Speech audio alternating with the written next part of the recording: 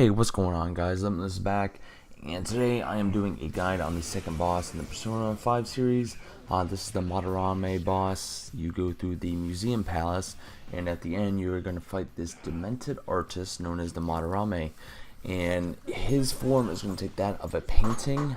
There are 4 parts to this boss: a left eye, a right eye, a nose, and a mouth. Now, the way this is going to work is the top left eye is going to do magic damage. The top right eye is going to do buffs and debuffs. The nose can do a couple of special attacks that will affect the entire party. And the bottom half, his mouth, is going to do physical attacks. Now, what you want to do on this battle is you kind of want to focus on one part, depending on which part's going to screw you up the worst. I try to go for the right eye as the first, just because of his various attack buffs. Now, I brought Anne into the battle just because she had the access to the ability that allowed me to decrease his attack for 3 turns when he increased his attack, as right here. Now, I tried this with Raiju, and he didn't seem to fare out that well, and the attacks that they were doing, the wind attacks, were weak against Ryuji, so that would give him another attack in turn just because he downed my character.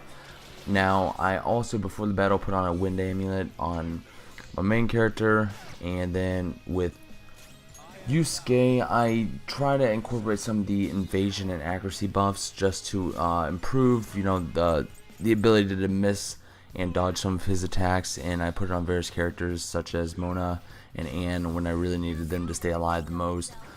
You can't get any criticals against this boss, so Lucky Punch and all that's kind of out the window. Now, the top 3, the left eye, right eye, and the nose, they are weak to physical attacks, but the bottom half is going to be weak to magic attacks, so plan that accordingly.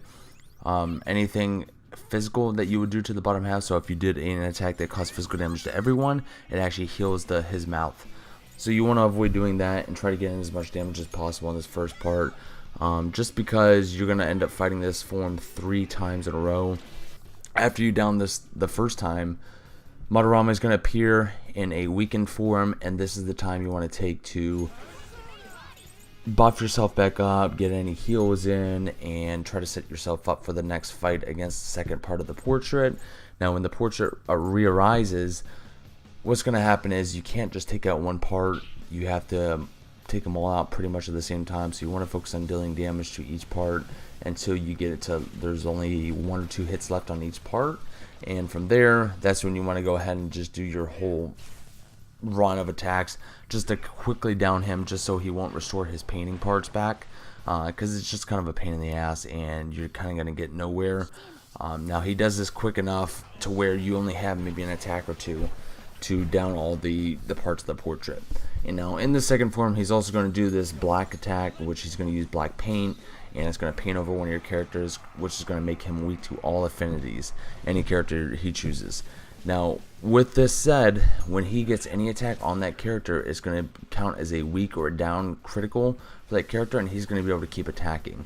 And from there, I believe if he is able to get that attack in and you don't miss, or he doesn't miss with that attack, which is where the invasion comes in, increased evasion for that person who is being painted over, he's going to have 2 more attacks after that, because I believe on the second and third form of this, he has 2 attacks in a row. So if that third or that first one downs him, he's going to get 2 more, so it'll be 3 attacks total against your party. So you need to prepare for that and act accordingly as far as if you guys need a heal or defense buff. Now, I was using I think it's called Shimasa, and I had a lot of physical attacks, defense debuff, defense buff, and a couple of other things on my main character's persona, and it seemed to work out okay. I still don't think I was fully prepared as far as the persona. I was around level 19. This battle would benefit greatly if you had a little more wind resistance, or a persona that can increase your wind resistance on characters, as well as the defense buffs and all that. After the second form's dead, again, Madarame will appear out again, and you'll kill him in his weakened form or just damage him briefly, and that's when you want to go ahead and start buffing yourself back up. Now, in the third part of this portrait, he's going to ask, the main character is going to ask to try to go retrieve that black paint on the left side, so it's going to be similar to the first boss battle where you're going to send out one of your characters to the left side of the map, and he's going to try to trick the boss. I didn't have too much of an issue here. I was worried because I was using Yusuke to go to the left side, and since there was a connection there, I wasn't sure if he was going to notice Yusuke a lot quicker, but it didn't seem to matter too much. I did a couple attacks that kind of caught his attention, and within, I think it was 4 turns, I was able to get that black paint, and then that's when you can pour it over the portrait, which would cause you to be able to any attack to him, it would weaken him and down him. And that's pretty much it for this battle. Doing this on hard, I did do it on hard mode.